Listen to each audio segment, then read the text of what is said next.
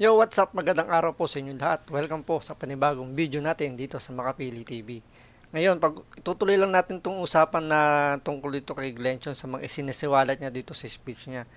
Di ba? Noong nakarang video, tinalakay natin doon na malaki talaga yung part ni First Lady Lisa Marcos ah, sa pagmamaniobra ng karir ni BBM, di ba? From doon pa lang sa may eleksyon, papunta dito sa pamamahala niya ngayon bilang presidente. Ngayon dito, may isiniwalat pa rito si Glenn Chong na nagtayo pa pala ng ano to, ng sila BBM ng Boat Protection Unit. 'Di ba? Parang talagang pinaghahandaan nila na ini-expect nila magkakaroon ng dayan, kaya nga boat protection unit. So, tutuloy lang natin kung anong ibig sabihin dito ni Glenn Chong sa boat protection unit na to. Actually, doon sa unit namin. Ang unit po namin doon sa headquarters ni Bongbong Marcos is known as Boat Protection Unit or VPU.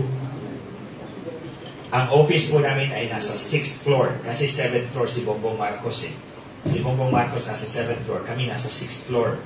Ito yung office, paglabas mo ng elevator, may isang room dyan, tapos may isang conference room, tapos kami. Tapos may isang office na maliit, tapos office ni Lisa Marcos. So, nasa tabi lang namin si Lisa Marcos. Although the candidate and the top campaign officials are on the 7th floor. So inilagay, nag-o-office na siya noong time na yon dito sa headquarters ni Marcos. So, meron na siyang parang fraud pagdating sa election. So, pinababantayan na talaga. 'Di ba? Na sisiguraduhin walang mangyayaring dayaan. Ganun ang dating. So, bali dito, hinire si Glenn Chong na humawak nung yung sinasabi niyang boat protection unit para labanan yung kung sakali bang dayain nga daw si BBM itong presidential election. Kaya tinayo yung unit na yun at siya yung kinuhang maging head ng BPU nga, yung boat protection unit na sinasabi niya. Restricted area. So, that's when I found out na the owners of Total Information Management Corporation, the partner of Smartmatic in the elections since 2010, were meeting with the representatives of Lisa Marcos. And take note, I was specifically requested to be there. Nako, specifically? Mukhang merong planong magaganap. Mukhang planong may magaganap. Ano kaya yung plano sinasabi ni Banat Baynan? Medyo naanuhan niya na may mangyayaring pagpaplanong medyo kakaiba. Kasi yung expression ni Banat Bay parang may alam siya, 'di ba? Na kaya kinuwang specifically representative si Glenn Chong 'di ba? So, may natunugan dito si Banat Bay. Which is different in the second one, yung I know what you did last summer. Iba pa yung I know what you did last summer. Ito yung before the election. May part 2 ito. Naku po. Yari na. Parang napanood ko yun yung I know what you did last summer. Parang pelikula to nung nung high school pa ako Mukhang tapos nasundan daw kasi may mga seri-seri yun I know what you did. I still remember what you did. So, medyo mahaba-haba pala tong expose ni Glenn Chong. Nayari na. So, besides being present there, doon sa VPU, dito sa EDSA, Sa may na Cubao. headquarters, dito sa Mandaluyong, yung tapat ng Pioneer. Ay, sa may Pioneer. Okay. Yan yung headquarters nila, campaign headquarters. I was there. So, I also went out around other provinces to campaign for Marcos.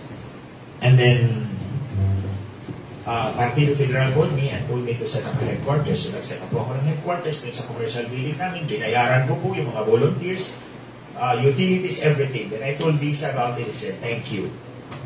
Nung bago pa sila mag-usap ni Smartmatic, mabait pa siya sa akin. Iyon, babait pa daw. Tingnan yung term. Babait pa raw sa kanya nung bago pa mag-usap yung Smartmatic tsaka si First Lady. So, ibig sabihin, may nangyaring hindi yung maganda kaya medyo umasim yung samahan netong dalawang to. Yun ang dapat nating alamin. Bakit biglang nung mabait pa raw si First Lady? Parang may alam din akong kwentong ganyan Mabait sa una, tapos nung nalaman na, I don't like Trixie Cruz Angeles pala. Ano yung alam mong kwento dyan, Banat Bay? Medyo hapyawan mo naman kami para medyo marami naman kami makaalam. I don't like her anymore. Take note of that.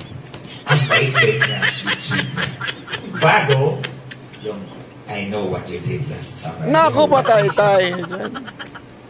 So, sometime, ang natandaan ko, that was after March 7 kasi nakaschedule kami na ilipat doon sa kabilang building sa Cybergate Plaza. Ito yung headquarters ni Bongbong Marcos, ito yung Cybergate, ito yung EDSA sa gitna. So lilipat kami dito sa 10th floor. The entire 10th floor kinuha yun, lilipat kami doon yung Fraud Protection Unit. So, eto yung Fraud Protection Unit, FPU, na hinahawakan ni Glenn Chong, ililipat. So, anong kinaugnayan nitong paglipat? Kasi alam niya, the day before ililipat yung kanilang opisina, that's the day na kung saan pinatawag siya para makipag-meet sa Smartmatic. Okay? Kaya niya naalala kasi nga ililipat sa kinabukasan yung opisina nila. Ganon kadetalyado ang memory ni Glenn Chong, which is somehow, talagang alam niya at hindi siya nagsisinungaling kasi detalyado yung natatandaan niya. Na bago kami ilipat, the day before, pinatawag ako ni Lisa Marcos na umattend ng meeting with Smartmatic. Di ba? Tama siya sabi ni Banat Bay eh. Di ba? Kung totoo yung kinikwento mo, dire-diretso yung kwento mo, detalyado. Hindi uutal-utal. Kasi kung utal-utal ka, halatang nagtatahi-tahi ka lang ng kwento. 'Di ba? Na hindi mo memorize, basta kung ano lang pumasok sa utak mo, dire-diretso mo na lang. Tapos bigla kang kukonek-connect na lang. Kaya ka nauutal-utal na, teka, parang mali yata nasabi ko ah. Tapos hahabulin mo na lang. Hindi ka gaya sa nagsasabi ng totoo na may alam talaga, dire-diretso yung kwento niya, walang putol, detalyado pa. 'Di ba? So, it was scheduled March 7. Pero hindi natuloy yun. So, yun yung pumatak sa isipan ko. Sometime after March 7. But before March 21. So, these are very important dates. It was after March 7, but before March 21. Kasi yung March 21, yun yung nalipat na talaga kami. Okay. Sa Cybergate. Yung 7 was the scheduled transfer. Hindi na tuloy yun. Hindi natuloy. 21, scheduled transfer na tuloy na yun. So, the meeting was in between. Nakaschedule ako ng meeting kay Lisa Marcos one-on-one. Pagdating ko sa VPO that afternoon, nandoon si Ivan Uy, yung secretary ngayon ng DICT, Department of Information and Communications Technology, at si Hubert Guevara, Senior Deputy Executive Secretary. Ang alam ko, ako lang ang ka-meeting ni Lisa that afternoon. It's a one-on-one meeting, nakaschedule ako. So lumabas yung secretary at sinabi, Attorney Glenn, ikaw na. Itong dalawa, tingin ko, makikimarites ko ano yung topic ko doon. Sumunod, sila pa naunang pumasok. So, ganito, there was a conference table here. Lisa Marcos was standing there. Umupo si Ivan doon sa dulo, kaharap siya. I graphically described it in my affidavit. So, dito si Lisa Marcos, nandoon si Ivan, umupo siya doon sa dulo, kaharap si Lisa. Si Hubert dyan umupo sa gitna, halos directly across. Sila kasi, ako nakaschedule ng meeting, sila pa nauna na upo eh. So, because they already occupied that toe, dito ako umupo sa gilid, far from Lisa.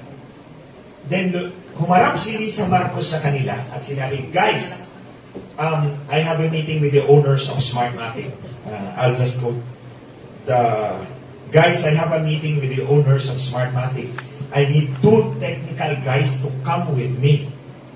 Tapos bigla siyang umikot at humarap sa akin at tinuro pa ako. But not you, because they hate you so much. But not you, because they hate you so much. That was the... I was taken aback. Then, ang pumasok sa isipan ko, ibang usapan to. Kailangan mo ng 2 technical guys to be with you with the owners of Smartmatic. Ito yung 2. That I cannot be. Remember the first meeting with Smartmatic TIM, yung TIM component? I was specifically requested by Lisa Marcos to be there. But in this second meeting, she was emphatically excluding me, but not you, because they hate you so much. So alam ko na kung anong pag-uusapan.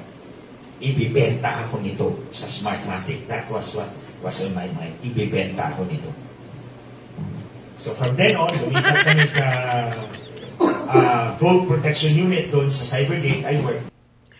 Anong ibig sabihin ng ibebenta ko ito? Bibenta ako Sige, Banbay, ipaliwanag mo ano ibig sabihin ni Glenn yung na ibibenta na siya sa Smartmatic. Pakipaliwanag mo. nito sa Smartmatic. Sa tingin ko parang ganito. Noong una, inimbitahan pa siya.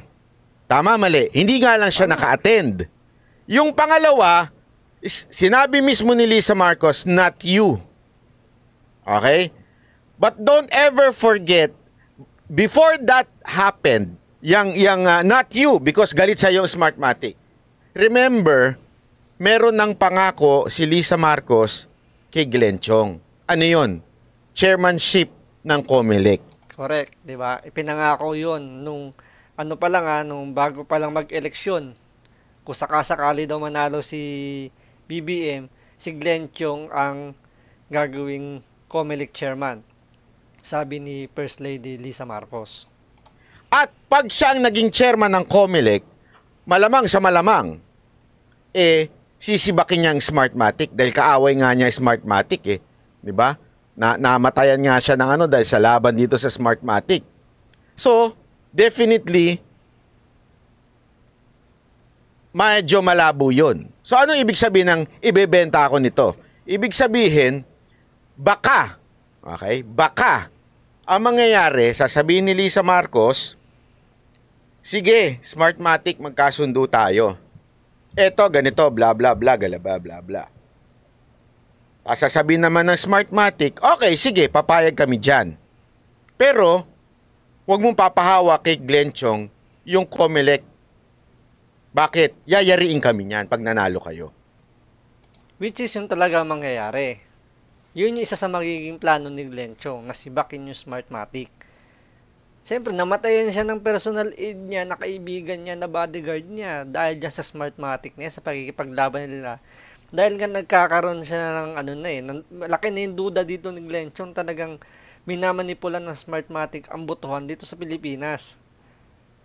Kaya galit sa kanya yung Smartmatic. Kaya nung nalaman na plano ng ni First Lady Lisa Marcos na si Glenn Chong ang gagawing commissioner ng COMELEC, siyempre, sinabihan na kagad na wag si Glenn Chong kasi kami naman ang yayariin niya, kaming mga Smartmatic. 'Di ba? Siyempre, unahan na lang to ng depensa. Nagigets nyo? Nakukuha nyo yung takbo. Baka yun ang ibig sabihin na ibebenta. O, di ba? So, yun talaga siguro yung malaking doon, yung nasa isip na ni Glenn Chong na ibibenta na talaga siya sa Smartmatic. Kung hindi pa siya kakalas dito kila BBM, gawa ng involved na yung Smartmatic Kumbaga, kinakausap na rin nila First Lady, nila BBM yung Smartmatic. Siya against naman siya sa Smartmatic. 'Di ba? Sino ba yung mas may pakinabang sila? 'Di ba? Siyempre sa Smartmatic dahil magbobotohan sila, hahawak ng botohan ano ba naman si Glenn Chong lang? 'Di ba? Na lumalaban lang. Wala naman siyang control sa botohan. So siyempre, ginamit yung talino, doon tayo sa hawak ng boto para siguradong manalo tayo. So, mahaba pa ho itong mga expose ni Atty. Glenn Chong. So, abangan pa po natin to sa mga susunod na araw. Maraming salamat po.